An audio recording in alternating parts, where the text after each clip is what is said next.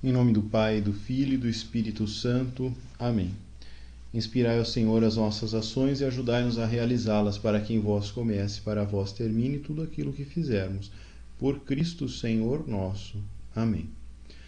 Nossa Senhora Mãe da Divina Providência, providenciai. Em nome do Pai, do Filho e do Espírito Santo. Amém. Olá, tudo bem? Nós já faz algum tempo que eu não gravo um vídeo para vocês. E nas últimas aulas nós falamos um pouco sobre a questão da dialética, o método socrático, um pouco de Platão também, e algumas definições na filosofia, assim como era o planejado nós aprendermos alguns conceitos. Falei que nós faríamos um grande parêntese sobre essa questão da dialética, porque ela demanda um pouco mais de tempo mesmo, de fato, pois a dialética é a própria ciência da filosofia. É a arte onde todo o conhecimento ele é colocado à prova através do uso da linguagem e através da onde há a questão do entroncamento das ideias, vamos assim dizer, dos debates de ideias, aonde há uma reta posição, aonde há um reto argumento, como o próprio Aristóteles irá colocar, e nós continuamos estudando nesta questão sobre a arte de inferir as coisas certas, vamos assim dizer. Bom, o uso da razão, então, na filosofia, ele não apenas irá usar as palavras de uma forma aleatória ou de uma forma como nós vimos que os sofistas faziam muito bem.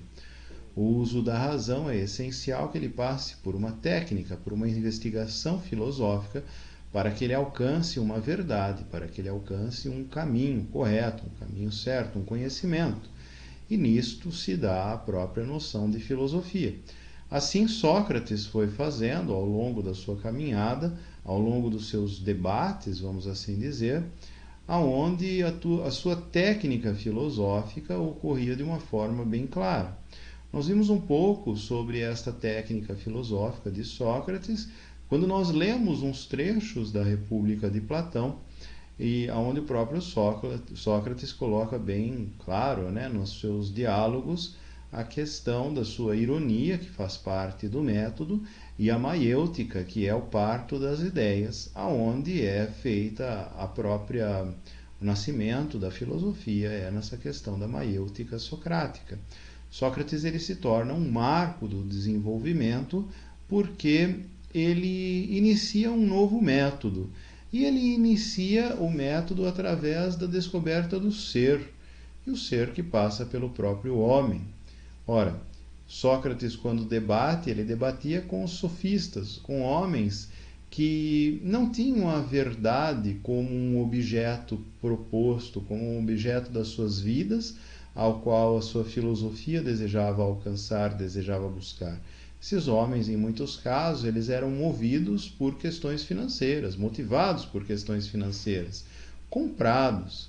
E estes homens, de fato, eles não tinham nenhum outro compromisso a não ser com a venda, com o dinheiro. E aí sim, o seu poder de locução, a sua fala, desejava alcançar uma verdade, ao qual nós chamamos de verdade relativa. Se torna bem conhecido, então, os sofistas por causa da sua filosofia relativista, pela sofística relativista, Hoje existem muitos filósofos, vamos colocar entre aspas, que usam os mecanismos da arguição da palavra para convencer, para persuadir as pessoas através das suas seduções morais e imorais, através da sedução da sua palavra, e eles são apenas vendáveis, vamos assim dizer. Eles são motivados pelo dinheiro e querem apenas trazer estes objetivos financeiros para si mesmos, Enfim, Sócrates não tinha este compromisso. Sócrates tinha o compromisso com a verdade, mas ele dizia não conhecer a verdade, ele não sabia a verdade. Mas a cada caminhada sua, a cada argumento, a cada investigação, obviamente ele conhecia um pouco mais. Mas note que uma das condições essenciais para um filósofo é a humildade. O próprio Sócrates tinha essa noção de humildade quando argumentava só saber que nada sabia, vamos assim dizer, né? Só sei que nada sei, a ilustre, célebre frase de Sócrates. Ora, se tanto ele argumenta, tanto conhecimento tem, mas nada sabe, então o conhecimento é algo que ele nunca será alcançado, nunca será atingido. A verdade é algo que existe e ela depende de fatos, ela depende de situações, mas o próprio conhecimento de todas as coisas, ele é algo inalcançável. O próprio Platão irá teorizar esta questão no mundo das ideias. O mundo das ideias, ele deve ser atingido por meio de uma investigação filosófica.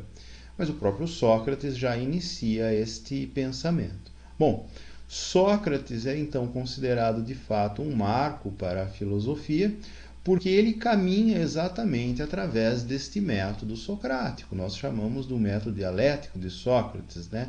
A ironia e a maiêutica, onde ele vai investigando o caminho do ser, a verdade.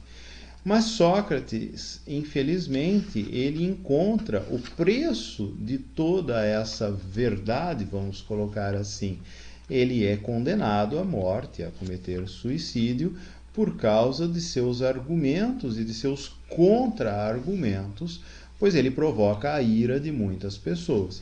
Eu estou usando um livro, na verdade eu uso muitos livros, vocês sabem, a gente usa muitos caminhos para explicar nas aulas, e eu estou hoje particularmente usando esse livro aqui, olha, História da Filosofia, Os Pensadores. Não sei se eu cortei o microfone colocando na frente aqui, eu virei meio que um youtuber aqui, gravando os vídeos dessa forma. Eu espero que vocês acompanhem um pouco estes pensamentos. Vamos só fazer um pequeno parênteses aqui. O meu objetivo com vocês, com filosofia, não é que nós tenhamos um conhecimento vasto, por exemplo, lendo todo esse livro aqui, sistematicamente, lendo todos os livros de filosofia. Não. Eu gostaria que nós, com pequenas bases, pequenos princípios, pudéssemos filosofar. Talvez esse seja o ato mais importante das nossas vidas, porque isto vai fazer com que nós reflitamos todas as coisas que nós vamos vivendo diariamente, dia após dia, e nós possamos construir o nosso ser, para que nós possamos ter uma adesão à verdade, uma adesão concreta a Deus, por exemplo, uma adesão à nossa vida eterna, à santidade, e isso exige um certo esforço moral da minha parte, da sua parte, e que através desse pensamento, através destas investigações filosóficas, nós possamos caminhar numa santidade, nós possamos ir negando as coisas que este mundo nos oferece e ir conhecendo cada vez mais aquilo que é necessário a nós mesmos. Bom, vocês perceberam também que nestas minhas aulas a gente meio que parece que está caminhando junto com a aula de sociologia.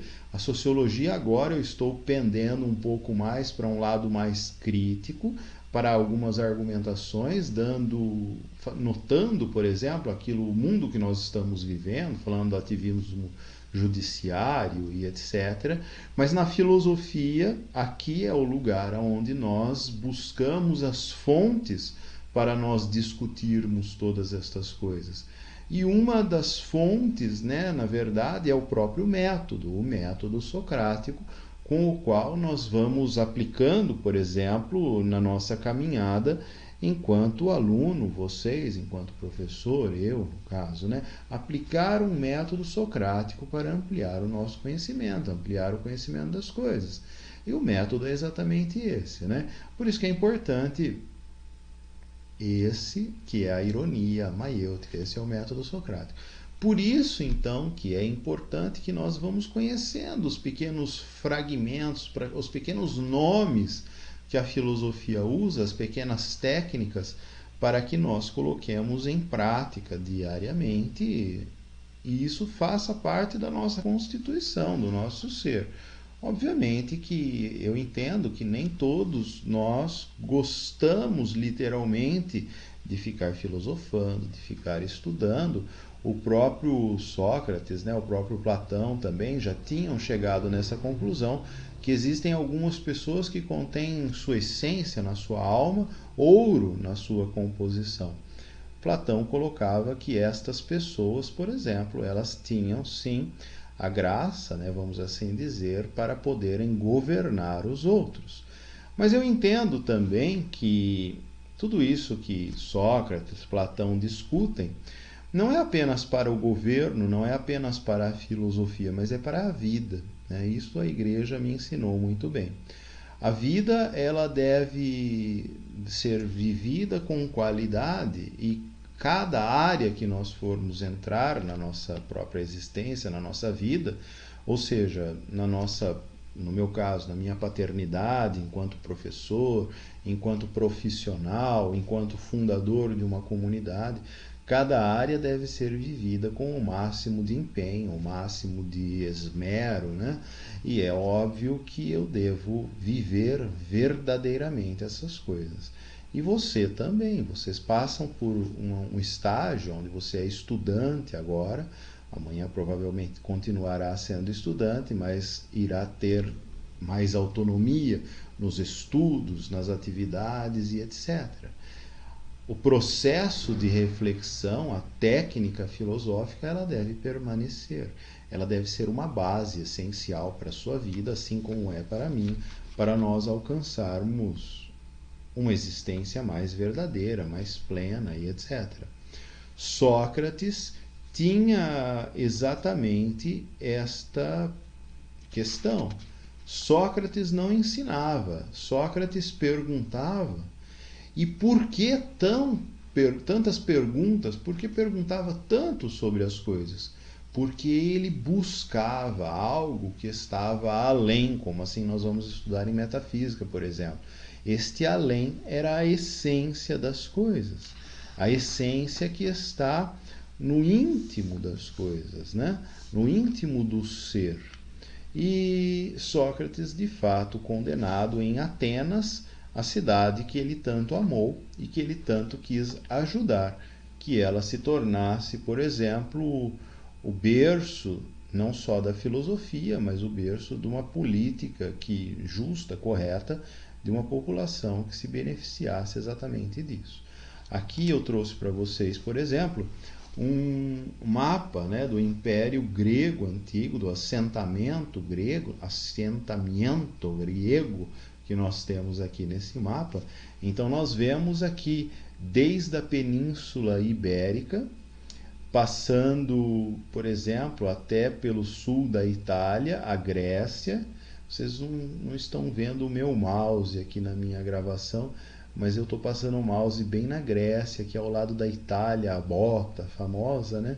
A Ásia Menor aqui à direita, e enfim, todo norte da África, né? Todo uma grande área onde a Grécia ela se torna um grande império, e sendo um grande império, ela precisava de grandes sistemas de governo, sistema político, sistema de educação, né? Sistema até, vamos assim dizer, hoje nós diríamos científicos, né? Mas os sistemas de construção de cidades, de saneamento básico, vamos assim dizer, obviamente que nem se compara com os dias de hoje, né? Mas com toda a questão rudimentar que havia na época, em sistemas avançadíssimos, né? Então, Sócrates colocava nesta época a questão do se pensar racionalmente. Vejam que nós temos uma grande extensão territorial de toda a Grécia, e como que é possível governar tudo isso e comunicar tudo isso? Hoje é muito fácil, né? Nós estamos vivendo essa pandemia, vocês estão nas suas casas, né? Eu estou aqui na minha clínica, na comunidade e tal, vivendo aqui, rezando, trabalhando e tal, e me comunicando com vocês através de uma gravação. Tenho toda a tecnologia para que isso seja possível. Mas na época isso era muito diferente dos dias de hoje, né? Nós estamos falando de épocas onde em muitos lugares sequer chegava a comunicação. Mas os gregos, de fato, conseguiram governar, vamos assim dizer, e foram berço depois para os próximos povos, né, os romanos, que usaram muitas coisas dos gregos para desenvolver toda a sua cultura. O Sócrates questionava sobre o pensar racionalmente. E sobre o pensar racionalmente, de como as questões morais, elas necessariamente, sendo verdadeiras, elas implicam uma denúncia. Porque tudo aquilo que aparece como virtude, no caso, há de se desmascarar a falsidade, a mentira, o vício. Sócrates, ele trava uma batalha exatamente com isso. Esta é a dialética socrática, né? Então, novamente, né? Por exemplo, na Grécia Antiga, o que Sócrates irá combater é exatamente a falsidade, a mentira. E neste mapa mental que eu coloco aqui, né, tudo aquilo que faz parte da civilização grega, cidade-estado, a cultura, as guerras, né, o comércio, tudo aquilo que funda esse império grego, ele sempre foi discutido na filosofia socrática principalmente, através deste método dialético. Sócrates, então, ele caminha exatamente desta forma, dando ênfase a este modelo de filosofia. Desculpa pelo barulho aqui, o negócio é feio, às vezes moto passa aqui. Sócrates caminha de tal forma com a filosofia que Platão dará continuidade àquele campo aberto por Sócrates, aonde ele vai chegar na própria dialética, né? Vamos voltar aqui para o nosso mapa mental. Sócrates, então, através do seu método, discute muitas vezes em público contra os sofistas, aqueles que pregavam a verdade. E perceba que esta verdade pregada pelos sofistas, ela está num tipo de campo muito interessante, na política. Então entenda que Sócrates não está apenas filosofando, mas Sócrates está existindo numa época, numa era, onde muitas coisas eram debatidas, por exemplo, né? Era debatido sobre a justiça, sobre o equilíbrio, sobre o certo, sobre o errado, sobre a vantagem, por exemplo, tanto que Sócrates é condenado e a morte não passa pela mão dos atenienses. Sócrates é condenado à morte e sua morte é por envenenamento. Ele tem que beber veneno, ou seja, ele comete suicídio. Então, a discussão filosófica sobre a moral, sobre a ética, sobre os direitos, né? Nós estamos numa época que direito não se falava muito sobre, né? Mas nós falamos sobre democracia, sobre o poder do povo, sobre as articulações entre a aristocracia e os trabalhadores, né, vamos assim dizer, né? Enfim, estas articulações, elas ocorrem todas numa cidade, na própria Grécia Antiga, em Atenas. E Sócrates é protagonista de todas estas discussões. Tanto que Platão, nesta crise política, por exemplo, que vive Atenas, né? E Sócrates, aqui a imagem, né? Sócrates cometendo o seu suicídio, que encontrará a vida eterna, né? Sócrates, o seu legado para Platão, nesta discussão sobre esta crise política, isto se torna um tema de reflexão. Ou seja, todas estas questões colocadas por Sócrates com um cunho, vamos assim dizer, político, né, na verdade, ela acaba se tornando um grande tema de discussão ao qual é trabalhado nas academias platônicas, né? E futuramente no Liceu Aristotélico. Ou seja, a academia platônica, ela ensinará exatamente tudo aquilo que é necessário para aqueles homens que contêm ouro na sua constituição, na sua alma, vamos assim dizer, para que eles possam governar com justiça, com sabedoria, com equidade, enfim, com os princípios que norteavam à época a própria Atenas. Estes princípios, eles eram necessários para cada qual homem fosse formado exatamente por isso. Então este é o motivo de nós estudarmos filosofia, por exemplo, e esta é a essência da filosofia, principalmente nós estudando numa escola católica. Nós estudamos para que nós possamos passar por um processo de reflexão, entender os princípios, as coisas e colocar em prática enquanto cidadão, enquanto pessoa humana, na nossa existência, na nossa vida. Com um agravante, somos cristãos. O fato de nós sermos cristãos implica que para cada um de nós é exigido um esforço cada vez mais correto, cada vez mais moral, porque não se é cristão sem esforço moral. Esta é a essência do cristianismo. Veja, quando os primeiros cristãos, os primeiros pagãos, vamos assim dizer, eles são batizados, para eles era não exigido, mas era como que um convite imposto pelo Espírito Santo, e esta exigência vinha de dentro deles, uma necessidade enorme, grande de um esforço moral.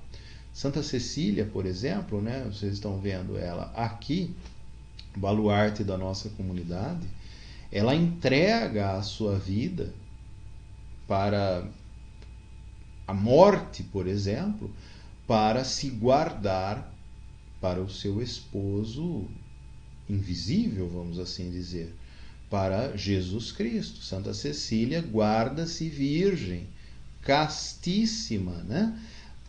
E encontra a sua paz, encontra a sua santidade, mesmo passando futuramente pelo martírio.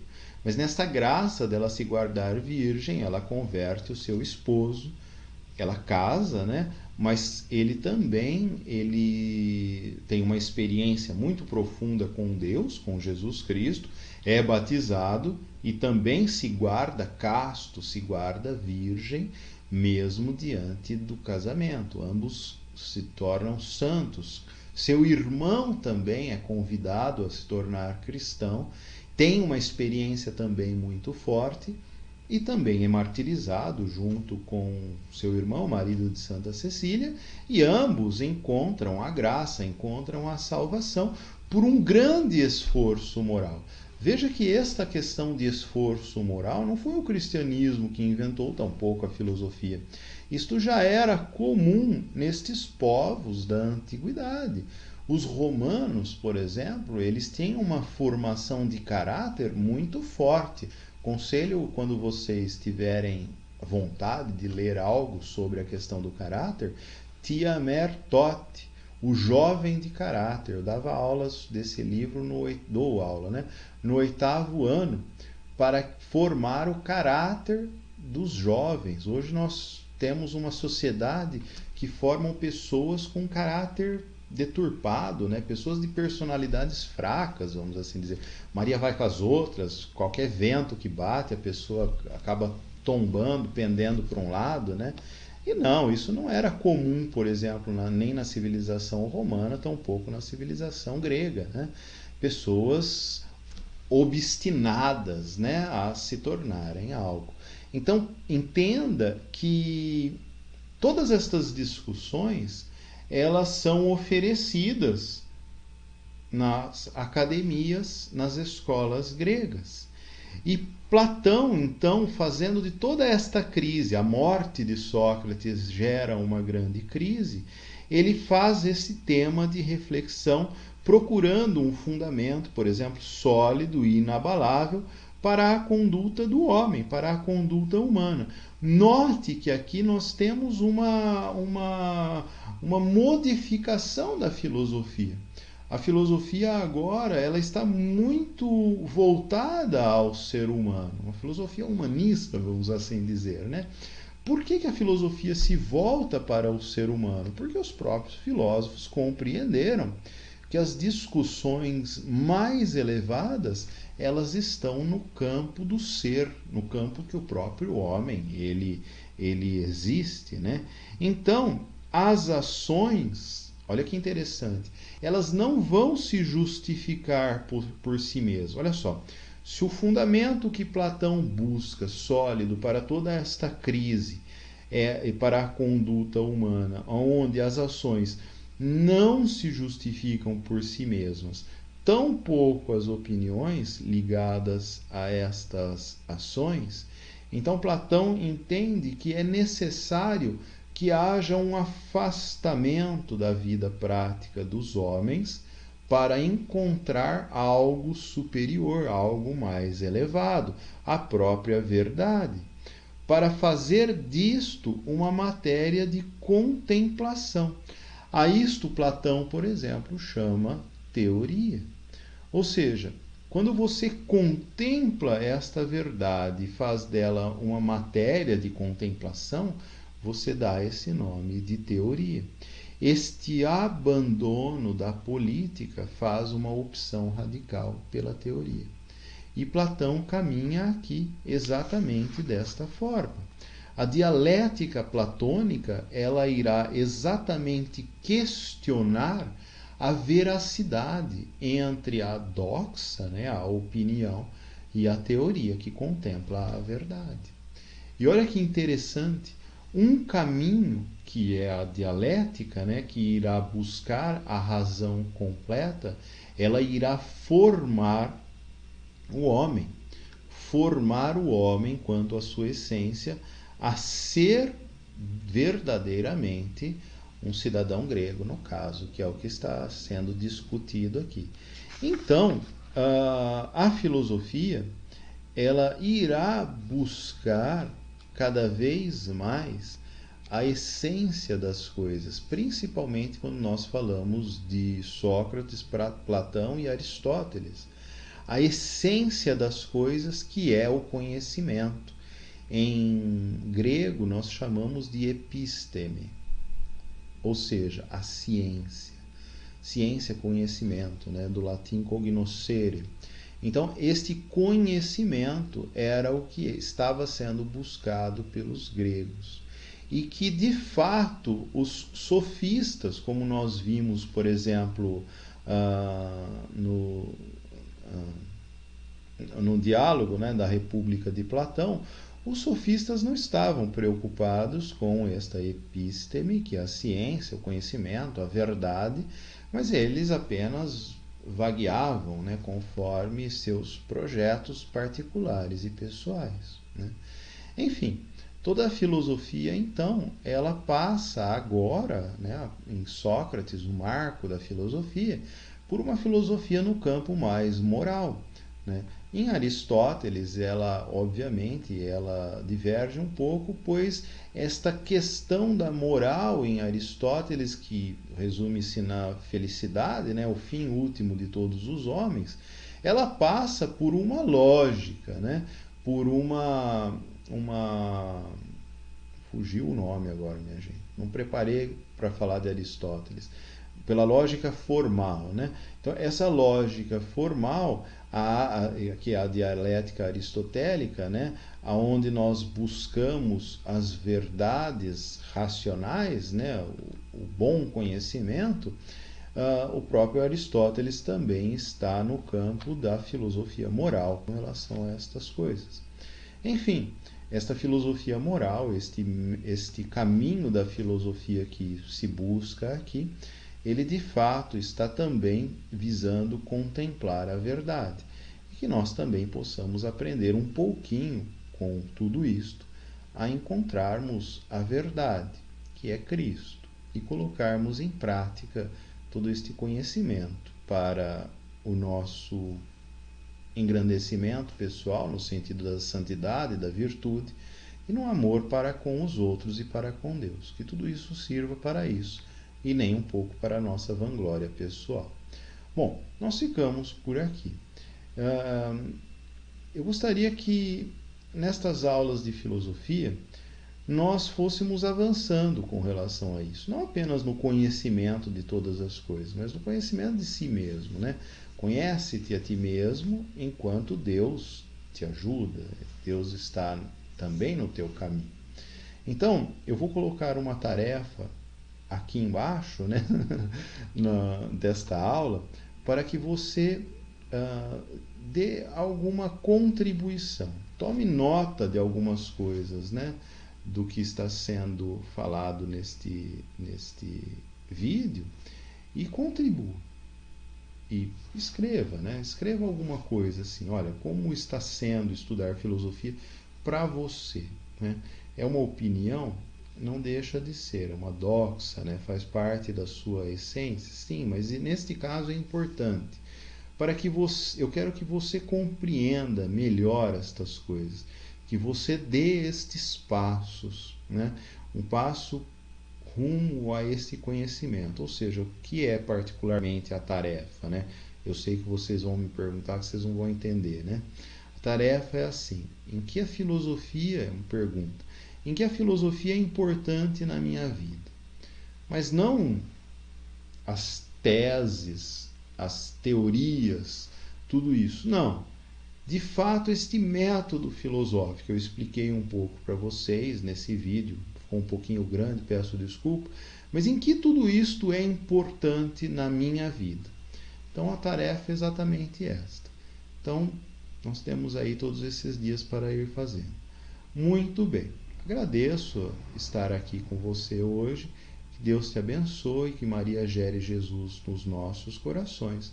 Até a próxima, em nome do Pai, do Filho e do Espírito Santo. Amém.